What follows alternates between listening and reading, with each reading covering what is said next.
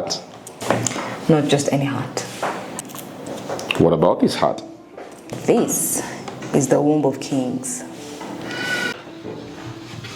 A womb of kings. How? I guess let's go find out.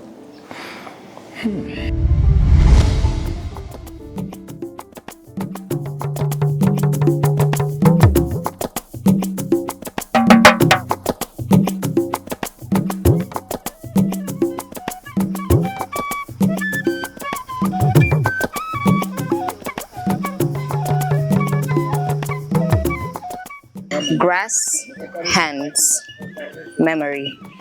That is all this place is made of. And somehow it holds 4 kings.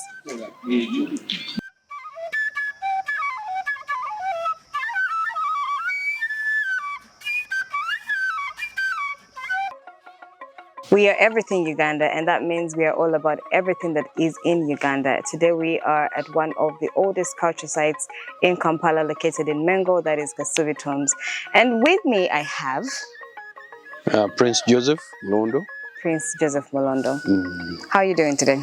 I'm well. You're well? Thank you, yeah. This is my first time here. I didn't expect it to be so big. Here we have amazing things.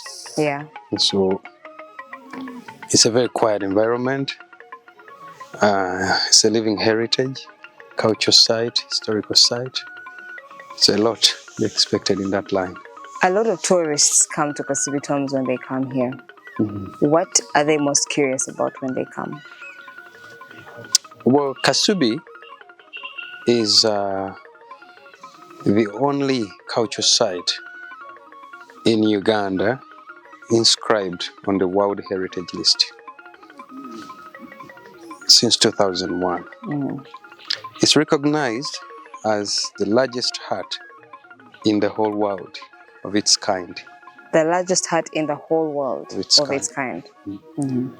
And it's a masterpiece of human creativity and a living testimony of our traditions. So people come here to discover the uniqueness of this historical site. Why of all the culture sites in the country is only Kasubi inscribed. What does it mean for 4 kings to be buried here? Well, to us it means a lot in line of history, that 4 legends of this kingdom are resting in one place. Who are? We got Mutesa I, the owner of this palace, who came here 143 years ago. We have his son, Mwanga, he's also resting here. We have got Mwanga's son, Daudichwa, the first king in East Africa to visit Europe. We have got Daudichwa's son, Mutesa II, the first king in history of Uganda to be a president at the same time. So it means a lot in line of history. Back in history, kings were never buried together in one palace. So this is the only palace in Buganda where we have more than one king buried in one place. Not to sound like a princess of doom, but in the event of the king's unexpected passing, would that tradition be carried forward, or would that be a separate arrangement for their resting place? Well, I think it's now autonomous according to what we see. We've had 4 generations agreeing to it. Perhaps even the current one would. Yeah. I also hear that it's called the Womb of Kings. What does that mean? It's a womb of kings because we have 4 kings in one place. There's no any other culture site in Buganda where we have more than one king in one place. So I think that's where it comes from. It's a womb of kings. Is there any correlation to the Uganda matters with Kasubi Tombs? Perhaps historically, I can say it was during Mwanga's reign, Kabaka Mwanga's reign, when the martyrs were executed. I think what I need to clear a bit, it's not Mwanga that executed the matters. It's the law. Because there was a law for centuries. Passed by whom? By the people of Buganda. Anybody that goes against the king's orders should be executed. It's like going against the orders of the commander. God. Okay, commander. The CDF. Yeah. It sounds like you have a mission. That's treason. So it was the law. And the punishment is death. It was death, yeah. And they knew it wasn't a surprise to the matters. So you said since 2001 is when it was recognized for the World Culture Tours, right? Yeah. But it was already here before then. What year was that? Well, the Kasubi Tombs was built originally 1882. 1882. Yeah, to be a palace of our king, Sekabaka Mukabya Mutesa I. This was the palace. It was a palace. I think that explains the other huts. Because when you see your typical olden cultural community setup, you have one significant and then you have these other little huts in place. So it was built that long. Yeah. It must have been such a terrible tragedy when it was burned down. Yeah. What was that process like when it was burned down and then when it was finally rebuilt? Well, honestly, in 2010, it was a very big tragedy. It was in 2010. In 2010. So 15 years ago, 15 it years burned ago. down for the first time after being in existence since 1882. Yeah. It was very sad. It was hurting and touching to lose such a great heritage in flames of fire. What happened? Well, what happened, but we lost it in fire.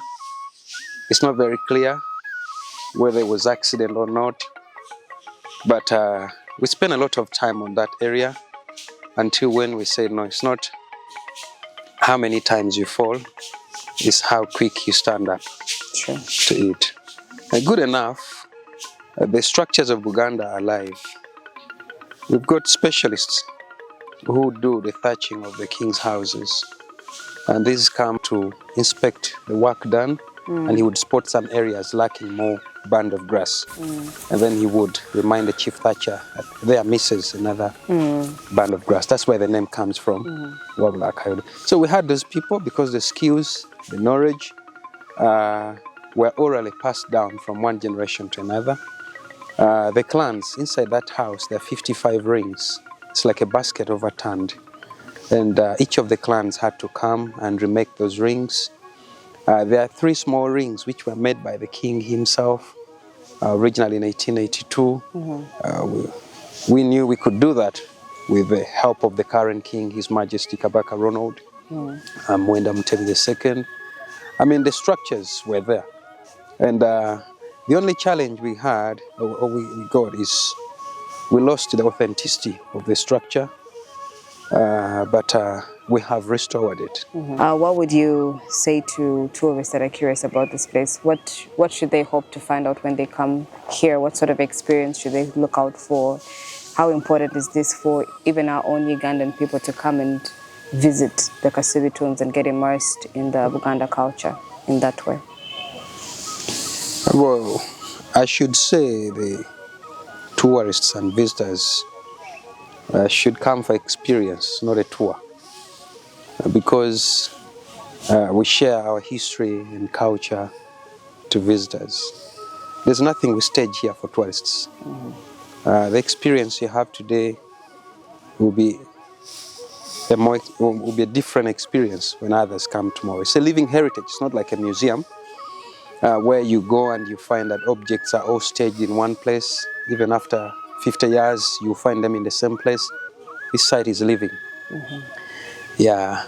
And also, honestly, if somebody has not, if somebody comes to Uganda and hasn't visited Kasubi Tombs, I would say he's cheated, because this is the main course. I agree. Yeah, the rest of the attractions out of Kasubi Tombs are dessert. The authentic culture lies here. History, legends of our independence, legends of this region lies here. So how do you there say that you visited Uganda and you didn't visit Kasubi Tombs? Your trip would be incomplete.